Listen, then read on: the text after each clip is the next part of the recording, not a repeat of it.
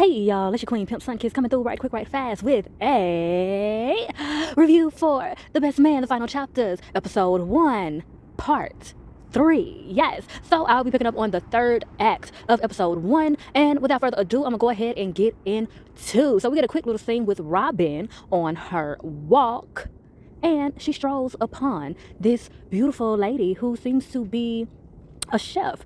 She has her own little like cabana situation out in the beach area of the resort, and to me it looks as if she is doing a lot of herbal dishes, vegan type dishes. You can correct me if I'm wrong, but that's what it looks like. And in this scene we get a clear view of how this vacation and the environment of it all is really leaving an impression on Robin, leaving an enlightening and inspiring type of impression on Robin. She seems to really be taking it all in, and she seems to be able to see herself more and in a different light than what she does back in the US. And with that being said, the lady chef that she strolls upon looks similar to Robin. She's also a light-skinned lady, wears her hair pulled back quite a bit, it seems. And the type of clothes that she wears is that kind of, what's the term for that? Bohemian-esque, like casual bohemian, like bohemian city girl type, not like city girls like the city girls, but you know what I mean. Like bohemian domestic hybrid, if you will.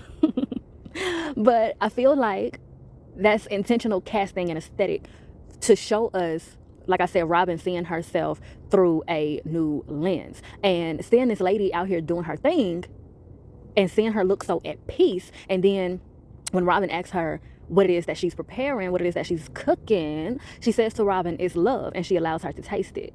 And Robin is like, that is love. Like, she really taken aback.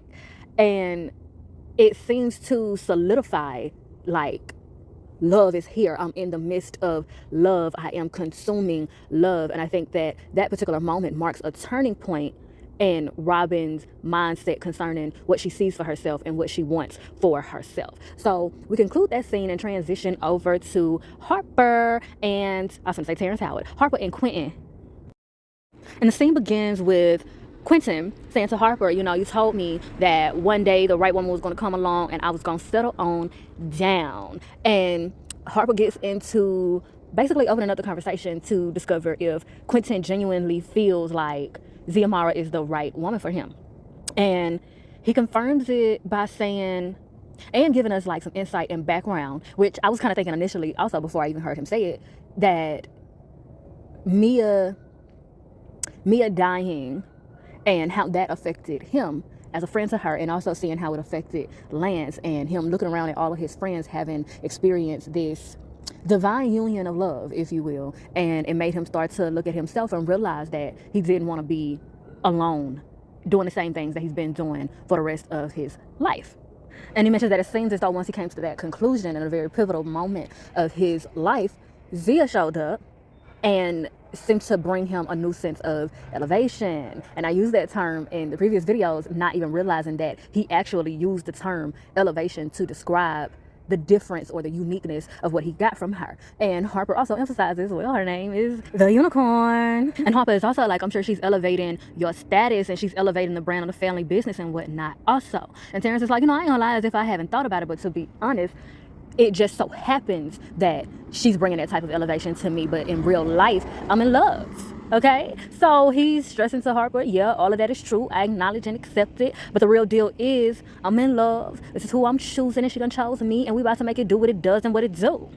And Harper accepts that, and it's like, I'm happy for you, man. And Quentin is like, I'm happy for you. Look at you out here doing big things, doing movies and such. And Harper's like, yeah, I'm trying to expand on something. And Quentin kind of, you know, takes it down the tunnel like, you talked to Lance yet? And Harper's like, nah, I'm waiting for the right time when he's not so distracted.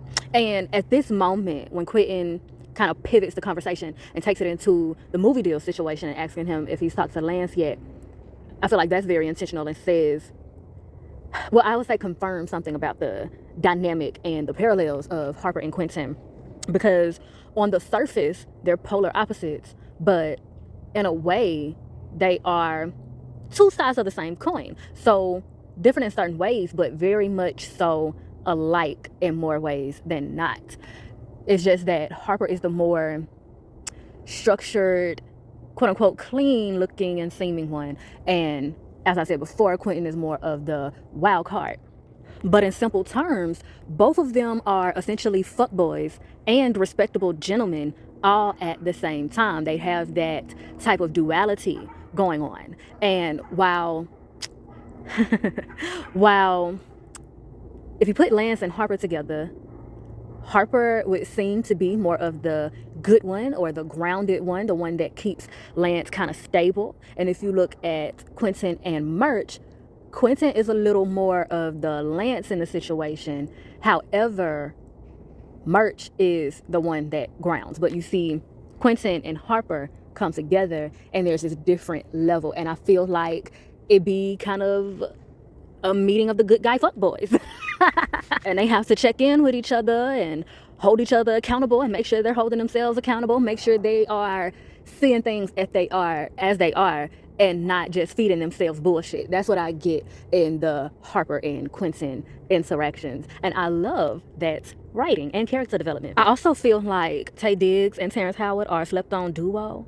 And I would love to see a movie starring like just the two of them, where they're a team on some shit, kind of like Will Smith and Martin, and like Two Guns when it was Mark Wahlberg and Denzel, some shit like that. I would love to see them as a dynamic duo in a movie. And it would be real cool if it would be like on some tech shit or something. Something nerdy yet action comedy type shit. That would be cool. That'd be cool.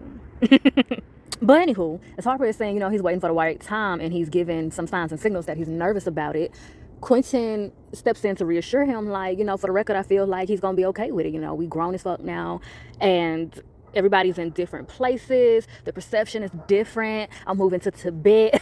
Just threw that in there. Harper like, what? Excusez-moi, s'il vous plaît. And Quentin's like, yeah, we're going to bounce between Tibet and Durango, which is a place in Colorado. And then they are interrupted as Quentin is baffling. Not Quentin, Harper is like stuttering and babbling, trying to figure out what is going on. And I know his dislike of change is severely triggered. But also, like, I think the same way Jordan, I described her face in the last part as her giving signs of like she misses the crew and she misses how much time they used to spend together. And I feel like Harper is also experiencing the same thing. So when Quentin tells him that they are moving and they're gonna be doing all this and that, he is afraid of losing his buddy even more than what he feels like he's already lost access to him. But Quentin asks him if he ever been to Tibet, and he's like, Serenity. And Harper is like about to further question him, and Murch walks in like, what y'all doing? Being a nuisance, being a pick-me, being extra.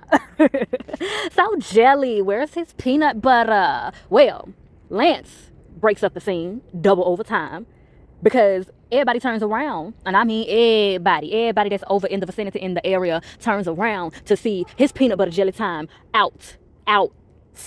Okay, raw, bare, uncut peanut butter jelly time. Your boy is in the nude, done jumped in the pool, just as serene as he wants to be, and got the girlies gagged, honey. Got the girlies wanting to gagged, and got your girl Jasmine, who I forgot to mention in the last part. She is like the head lady in charge of the resort, and she has some similarities of Mia, where she kind of comes off, she has this innocent, angelic type of look to herself, but also seems to be very wise and mature. And she also can talk that shat and get your boy Lance together and get him nice and humbled when it comes to the general consensus of things in general, but also as it pertains his sports, because they have a football versus football type of exchange, and she reads him for the filth. So we know that turns him on, because that's one of the same things that he liked about Mia. But she walks up to see him spreading his peanut butter jelly time all over the horizons and all up in the pool, and your girl seems quite perturbed, yet like she's admiring him in an interesting way also. And we transition to Jordan on a stroll, and she gets caught up. Is it the paparazzi? No, it's that fine piece of black boy Joy that was trying to offer her a piece of his fish. Tisk, up here taking pictures. She done got in his way, he in her way. He said, my bad, I ain't even much trying to stress you out. And that leads them into a little exchange of them lightly flirting, lightly playing hard to get, and lightly getting to know each other better at the same time. So it starts with them getting more insight on what the other one does. Because, of course, him running around with this camera and popping up in all these different places. And she asked him, was he stalking her? But, you know, his aesthetic and everything that he's given makes her wonder what it is that he does. So he in tech. He just out on vacation after 6 months and whatnot. And him and his peoples is about to go public. They identified a need, he says. And I wonder what that need is. I'm also catching the nuances. He identified a need because it also seems as though he kind of sees through Jordan a little bit, and he's identifying some of her needs, like her needing to relax and just have a good time and smile. And so even in these little light exchanges, he's making sure that he's identifying those needs and that he is satisfying those needs in none, I want to say non-creepy, but the way he keep popping up is a little creepy, but non-gross ways, I would say. But she slick tries to shade him, saying that, oh, you tired, need a vacation after just 6 months. I feel like she's stereotyping him a bit on the sly, but then he clocks her and is like, okay, so you sit behind a desk 24/7, you sleep with your phone, and you go to brunch with your girlfriends every other Sunday or so. What's new? Is that fun? That's what you like? You like that? It kind of reminds me of Monica and Quincy on Love and Basketball when he asks her, so who you going to the dance with? Spalding? But she has no choice but to call a touche on his read and simply go for, I don't sleep with my phone. So he gonna say, well, what do you sleep with? And she like, certainly not random, handsome black men on islands and shit, toting cameras and shit, taking pictures and shit. And he like, well, listen, I ain't gonna hold you. I'm gonna go ahead and let you get back to your workation. And I'll make sure I get this photo to you. So in other words, I'm gonna see you again, sir. I'm gonna see you again. And he walks on off and she walks on off. And she kind of looks over her shoulder a little bit. And she kind of turns on back around, looks down, looks up, mumbles under her breath, buy chocolate. Because she know she wants to take a bite of that chocolate. Chocolate. So sweet chocolate. We ain't hating it over here. I ain't gonna lie. I think I want me a bite too. And then, child, what looks to be around the same area, Lance look like he been enjoying some of the edibles with some of the locals. He comes stumbling and straggling out of somebody's suite. These two girls all over him as he is exiting the door. And he runs into Jasmine. And she instantly looks perturbed. And he instantly is apologetic about flaunting and spreading his peanut butter jelly time all over at the pool. He said he thought it was one of those non-clothing optional pools and environments. And she like, very well, sir, very well. And then she kind of turns around and she's like, have you ever been to this other spot on the resort or whatever? I guess it's a spot that she's recommended to him to go do his peanut butter jelly time thing. And at this point here, I start to wonder, because one would assume that she's perturbed because his peanut butter jelly time all out at the pool.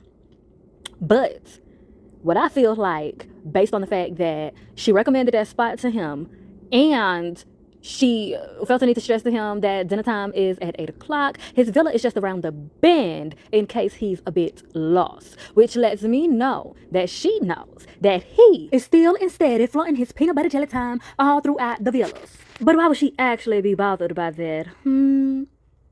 Why would she actually be bothered by that? Unless she want a piece of that peanut butter jelly. Peanut butter jelly. Peanut butter jelly. Peanut butter jelly. Peanut butter jelly with a baseball bat. But all right, y'all. Lance heads off to his villa. And the direction which he went in lets me know that she peeped that he was walking in the wrong direction. But I still do think that she peeped also that he is spreading his peanut butter jelly time all throughout the villas. Hence him being confusion. But we flash over to now it is dinner time. And we get a quick little exchange amongst Merch, Robin, Candace. Well, Candace doesn't say anything, but Merch, Robin, and Harper. And Harper is still kind of obsessing over whether or not Quentin is really serious. He feel like this is an arranged marriage, and he don't put it past Wellington, which is Quentin's daddy.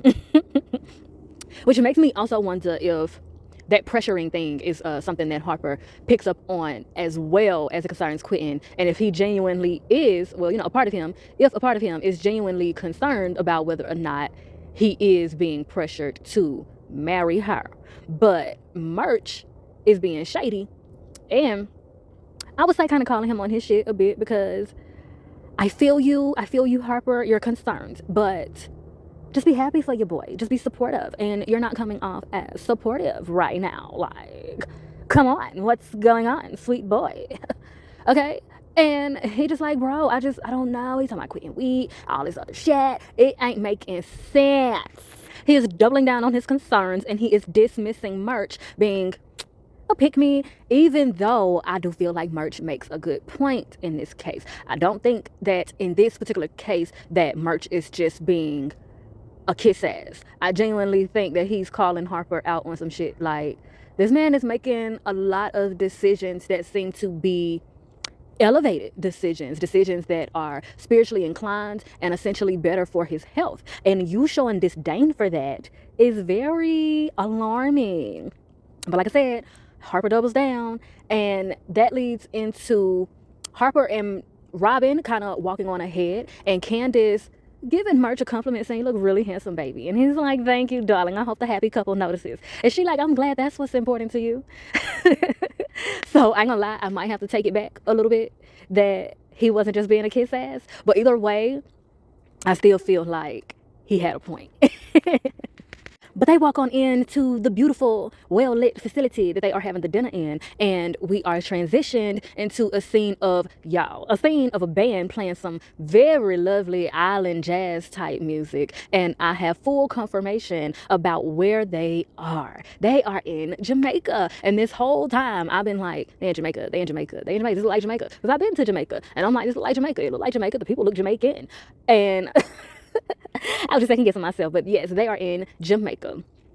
But the purpose of this scene is Lance is walking over to the spot that Jasmine put him onto. And y'all, it's not a nude beach. It is a particular balcony area on the resort that perfectly faces the moon. And Lance is up there in his lonesome at first, and then Jasmine pops out of a bag on his ass and is like, hello, all that you found here, you're well dressed, you're clothed. And he's like, yeah, clean up well. I want to make sure that I am up to par. And she's like, job well done or whatever. And he like, this is the spot that you was talking about. And she's like, yeah, this is the spot that I was talking about. You like what you see or whatever? And he like, yes, I like all that I see. And she like, yeah, we can take a lot of credit for certain enhancements. But this right here, referring to the moon, this right here is all God's work. And you know that lit Lance's antenna. So first of all, I feel a lot of double entendres going on in this exchange. And when she says we could take credit for a lot of enhancements, but this is God's work, I feel like that could also be referred to her. Because also a lot of the women that we have seen him, Lance, interact with since the show has started are women who are made by Mattel looking. Some of them look all-natural, but a lot of them looked made by Mattel, if you catch my drift. But Jasmine, on the other hand, is all natural. Jasmine, on the other hand, is serving God's work. And on top of that, her spitting that type of lingo definitely alerts Lance, because you know that he is a self-proclaimed man of God, okay? And I feel like there is a lot of intuitive exchange going on in this series as a whole, much like I have never seen before, to be honest. It's rare that I see such strong, energetic communication. And not only is that a reflection of the actors, but that is, in this case, definitely also an extension of the writers, because I can tell that they have written it in a way where each character's intuition and inner voice, their spirit, is a whole nother character in itself. Just as we get multiple scenes of the women in particular in meditation mode, in deep thoughts, in a euphoric type of dimension inside and within themselves, talking to themselves, being enlightened, making new discoveries. And not only do we get that, but you can see it, feel it, hear it in the exchange. You can sense it in the exchanges of each scene, the words that are not being spoken and the needs that are being identified energetically, intuitively, by no one having to even say it. And I said all of that to say, for this scene in particular, that Jasmine, I believe, was picking up on the fact that Lance was going through something. Initially, you would think that she was judging him at first in the way that he was moving, in the way that he was presenting himself. But it seems to me that Jasmine was energetically picking up on the fact that Lance was going through some type of dark time, and all of those antics were him acting out. All of those antics were cries for help. One could also infer, and multiple things can be true at once. I definitely think that it works in unison. But in the first exchange that they had, she confirmed to him that they do get American football over there. So with American football, they may get the media of American football as well. So one could infer that she may know that he lost his wife recently, or not too long ago. So on top of her picking up on the fact that he's going through a dark time energetically, she may also have put all of that together, like, he may be mourning his wife and he's acting out right now. So let me see if I can redirect him to somewhere that settles me, that grounds me, that reminds me of who I am and what I stand for. And I feel like that is why she led him to that particular destination, so that he can experience a elevated sense of integration and alignment, being grounded and elevated all at the same time, which creates a whole nother divine sense of peace and clarity as well. And with all of that said, we see their bond kind of elevate in this moment, and where she has led him there, and she said what she said and has interacted with him in such a way that has now made him feel comfortable enough to say to her, don't worry about calling me Mr. Sullivan. You may refer to me as Lance. I'm just Lance. And I feel like that line, that moment of that line happening, is him having a revelation, if you will, an epiphany of who he is, more clarity coming in about his identity. A veil was lifted for him in that moment. And I believe that she recognized it as well by him making that gesture of saying, just call me Lance. I'm just Lance. Mr. Sullivan is too formal. Even though it's something so simple, she picked up on the turning point, the veil lifting for him. And by him mentioning, his wife would have loved it, the reoccurrence that his wife is no longer living. So that's full confirmation of him letting her know, and her essentially getting it straight from the horse's mouth, that he is in fact grieving. And with that being said, she delicately cuts the interaction short and it's like, I'll see you around, Mr. Sullivan. I'll see you downstairs, this, that, and the third. And they have a very delightful, delicate departure for everyone to head down to the dinner. We are now getting down to the depths of the dinner, and we see Quiamara and Wellington over off to the side. Well, not off to the side, but they up in the front. But it looks like they off in the cut, the way the camera angle is shot. In Nahu, Wellington is up there talking Ziamara's head off. Talking about Quentin having the same taste in women as he, and all this, that, and the third. And then we pan on over to the rest of everyone's and everything's, and we see the whole crew. Well, not the whole crew. Jordan ain't over there yet. And I think Lance ain't got over there yet. Lance is over at the bar. But we see everybody mixing and mingling and this, that, and the third. We zoom in on Murch and Candace. And Candace is trying to get freaky deaky with Murch, talking about if we run back to the villa, ain't nobody gonna even notice. And darling, Murch is completely distracted by getting Quentin's attention. And now he done got a phone call from his weed dealer, Tisk, because he's trying to get his money back for all them edibles. And honey, Harper done ran off to the bar to quote unquote get drinks. But in actuality, I feel like he saw Lance already over there, and he was trying to hurry up and get to him so he can ask him about that book turn movie deal. And on his way to running up out the room, he runs into Jordan, and Jordan is like, where you going? He like, hey girl, how you doing? What is it giving? I'm going to get some drinks. You see the ladies over there? Yeah, going on ahead over there. She's like, oh, okay, girl. Oh, okay. And it made me feel like Jordan really, like, I ain't trying to hang with them girls. I'm trying to kick it with my homeboys. I ain't trying to sit with them girls. Shoot. So y'all, Jordan is texting. Well, she get a text. I really couldn't tell if this was a text or a social media notification, but I feel like it's a text. But I also don't remember when she got Sexy Black Boy Joy's number. So I'm assuming that it's Sexy Black Boy Joy, but it could also be somebody else. I'm not sure, but somebody is flirting with Jordan because they done sent her a picture that she done post, I guess, or they was replying to the post saying, work mode on vacation or something like that. Work mode on vacation shouldn't be a thing, but you sure make it look good. And she responded, good. I start task up here getting her sap risen. And then she get a call from MSNBC, and she ponders whether or not she should take it. She look like she don't want to take it, but she's thinking about it all at the same time. And right at that moment, Candy and Robin fan her down, say, "Hey girl, we over here, come on through, come over here." And she ignores the call and walks on over, okay? And then we flash on over to Harper and Lance. And here Harper is trying to ask Lance what he thinks about the book turn movie deal. And Lance is being accepting and receptive to it, it seems, okay? They don't exactly get to finish the conversation because it's interrupted by Wellington calling the attention to him and the happy couple. And here we see attention whoring at its finest. When Wellington, first of all, Wellington is an attention whore, all in his own right. And then he hands the mic to an even bigger attention whore. And you should already know who that is. Miss Ziamara Armani herself, honey.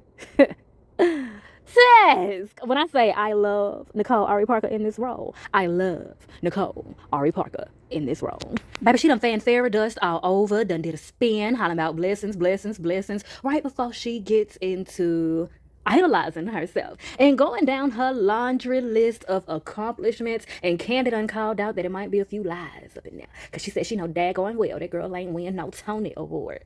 Tisk, it's the shade for me. And in this moment, I kind of see what Harper is getting at more clearly. Because, see, Harper is an old perpetrating ass dude. So, of course, he gonna be able to clock a perpetrator, right? And I think essentially what is happening is he is calling bullshit on Ziamara. He is seeing straight through her for the poser she very well kind of seems to be. While I do believe that there is authenticity there is also an air of narcissism. And like I said, she idolizes herself. She has main character syndrome as fuck. And with all of that being said and present very blatantly, it's inevitable that her whole spiritual yin-yang is a crock of shit. Because when you exhibit those particular types of traits, it throws your spiritual values into a loop. Do you truly practice what you are perpetuating, or are you just a perpetrator? Because if you was truly practicing what you perpetuating, I don't think you would be exhibiting such narcissistic traits. You would be getting some help for that.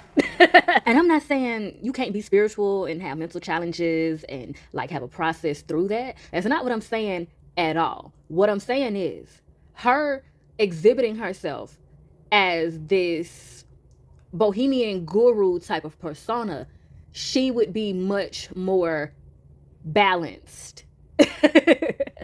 She would be much more balanced. There would be more stability present. And I don't mean that she can't be bubbly. I don't mean that she can't pop off and have a moment, cuss a bitch out, set some shit on fire. I ain't saying she can't do none of that and be spiritual at the same time. I'm talking about the fact that she has a inflated sense of self. And that is some dark territory. So all this light, fairy, pixie dust, bubblegums and rainbows, sweet tea and sage, sound of fun and cinnamon, it is now giving me bull of the shads.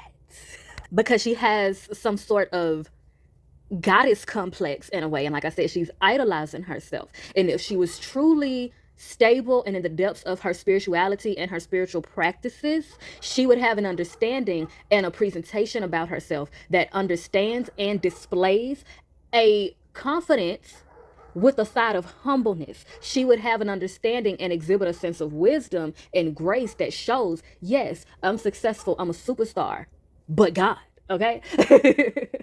You are not bigger than any other thing, being, or person, because it took something much bigger than you to make you even as big as you even think you are, or as other people think you are. So that's what I'm saying here. That's why I understand now, really observing this particular part of the episode and the show and the character, I now have a clearer view as to why Harper is paranoid about this whole situation and is side-eyeing the whole situation, because he essentially is side-eyeing and seeing through Xiomara. He is seeing her for the perpetrator and kind of crazy bitch that she is. But I'm gonna let her slide with the crazy, because we all a little crazy, and you need a little crazy. You need a little bit of everything. But that narcissistic tendency she got and that inflated sense of self, yeah, that is excessive. That is excessive, if nothing else, honey. This is random too, ain't really got too much to do with nothing, but it also occurs to me that Quentin and Xiomara, essentially Terrence Howard and Nicole Ari Parker, but, you know, I don't want to insult the actors because they ain't got nothing to do with nothing. But it occurs to me, just off aesthetic, okay, and a little bit of the characteristics, Quentin and Xiomara are some green-eyed bandits out here. Not they some green-eyed bandits out here. Oh, my gosh, Tisk. And with that being said, I'm going to keep an eye out for the green-eyed bandit tendencies that may be present within this series also, because I'm also not asleep to the reality show elements that are present in the show. But Quiamara gets done doing their green-eyed bandit boast or whatever. They conclude their antics by also announcing that this dinner is also a ring ceremony. And Merch is being a butt, talking about, oh, best man, you don't have the rings. Ha! Scoff. And Harper about to snap. Harper about to snap. But Merch walk off, and what's the name? Terrence is like, they getting the shit tattooed on. I love the way that pop culture is intertwined. Not only pop culture in regular society, but pop culture in celebrity society as well. This whole finale scene is funny as hell. Because after they say that they doing a tattoo ceremony and the tattoo artists come out, they got their thrones up, they getting comfortable and set up in position, and this, that, and this, and Candy talking about, wait, we gotta sit here while they do this shit, the fuck? But also in the midst of all this laughter is a little bit of sadness, because as they are, you know, doing their lovey-dovey bride and groom thing and their announcement, and they have this beautiful united front going on, Lance is having flashbacks of him and Mia and their love story and memories and all that. And he gets triggered AF. Shout out to Mia, y'all. Gotta post some out for our homie or whatever. Tisk. But child, like I said, Candy is like, we gotta sit through this. The fuck? And Harper is like, see, I told y'all. And Robin is like, once they get it and the ink dry, ain't no turning back. And child, Harper is steady, you know, well, pause. You know, Merch gotta chime in with the dick eating.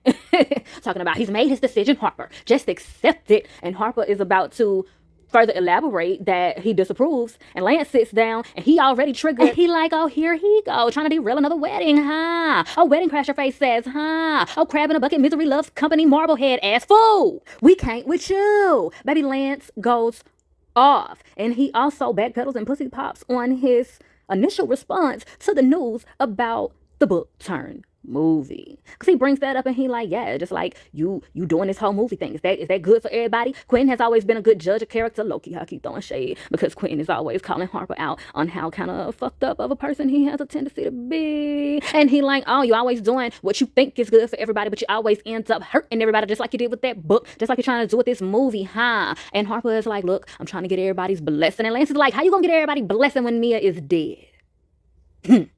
Child, I'm talking about heartbreak. The whole situation is just heartbreak. Lance has one of his angry hurt moments. He roughs up the table and shit. He's scaring the women, and he gets up and he storms off. Lance. And child, everybody is taken aback and in the fourth end, and Robin is trying to reassure Harper, who looks very apologetic and distraught and disheveled over the whole entire situation. She's trying to reassure him, it's okay. Lance just having a moment, in which he is. Everybody recognizes that pretty much Lance is just having a moment. He's just having a moment. And we're going to let him have it. But what we not going to do, and what Candy ain't going to do, is let Merch sit up here and fuck up the thing. Shout out to Funky.Neva. She ain't going to let him sit up here and fuck up the thing. Steady with this dick eating, talking about, well, this would not have happened on my best man. Why? She says, look, this has got to stop. I may be a little bit obsessive over my speech, but I'm not letting it run my life.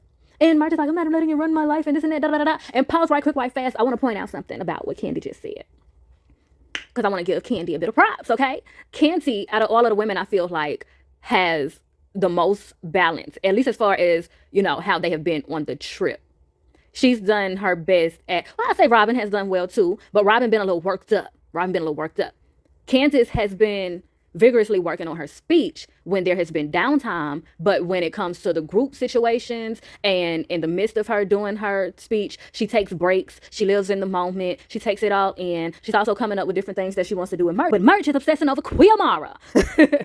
And he trying to plead his case, and she like, look, no, absolutely not. Reel it in. She gets him all the way together and hits him with the Whitney Houston from Waiting to Exhale. Why don't you fucking marry him then? And then y'all can call yourselves Quirch. And he gonna say, or Quillian. And child, he called himself being funny. But he just pissed Candace the hell off. And she like, I know, you fucking lying to me. You done actually thought about it. Boy, bye. And she gets up and she storms off. And he trying to be like, oh, no, I just, gotta chase after her. So that's two commotions that's been caused at the table, which influences Wellington to walk over and address Harper like, what the hell is going on at this table, at this dinner? And Harper is like, I'm not even in that. I ain't in that, okay? And Quentin walks over. He like, okay, look, let's just calm down. Pops, don't worry. Everything is going to go off without a hitch from this point forward. Everybody pull it together. And before he can even get his words out good, honey, here come Shelby. Yelling out Julian, reminding us of their past. And then she like, oops, force a habit. Hello, Quentin. And then it fades to black. And as the credits and the music play at the very top of the outro, you hear Quentin saying, oh shit. I love it. And what I also love is how I told y'all about these Real Housewives reality show elements and how this is essentially a cast trip. And it starts off like, well, first how they showed us everybody prepping for the trip, talking to each other, linking up. We see their home life. We catch up with everything that they've been up to, their expectations for the trip. There's this one person in particular that's not invited. It's a person in particular that's coming on the trip and they don't know, you know, what's going on with them or how they're going to be acting because they've been through a lot. They get to the trip. Everything starts off hunky-dory, but there's something that's uneasy about the whole situation, but everybody's still trying to have a good time. You got the workaholic. You got the person that's taking it all in. You got the person that's balanced. You got the little underbelly boiling shit going on, all to lead up to the finale dinner, and things are heightening, escalating, elevating. The showboating is at a 10 and the shit is hitting the fan. And then at the very end of the episode, the person that wasn't invited and or said they wasn't coming shows up and fucks up the thing. Shout out to Funky Danifa. Yes, magnificent. A wonderful start to the entire series, honey. Now, I must do say, I enjoyed myself for this first episode. It was 3 parts. I don't know if each and every episode is going to be 3 parts. Probably. But hopefully y'all will stick it out with me because it is enjoyable to me and hopefully it is enjoyable to y'all, okay? There was one scene, well, just one particular little snippet that I had kind of forgot to mention, and I want to mention it because I feel like it's going to play a part going forward, and it also plays a part in some of the things that I already said. So Robin, as they were at the dinner table when everybody was pouring in, the very top of the evening, Robin talked about what she told everybody, the extent and the depth of what she did with her day over at the chef spot. You know, when she went over and she had a taste of love, okay? And she said she sat over there, she ate, she talked to the lady. They talked about a hell of a lot of shit. She laughed and just enjoyed herself and had a good old time. And she seemed to be so refreshed and rejuvenated from the experience. And she seemed to have found her place of zen. She seems to have found her place of zen. So we saw Jordan get a little piece of zen. We saw Robin get a little piece of zen. We saw Lance get his piece of zen, even though it was disrupted by some flashbacks that he had. we still saw him get his little piece of zen, okay? So we saw 3 people get their little piece of zen. So we see what this trip is doing for at least 3 people so far.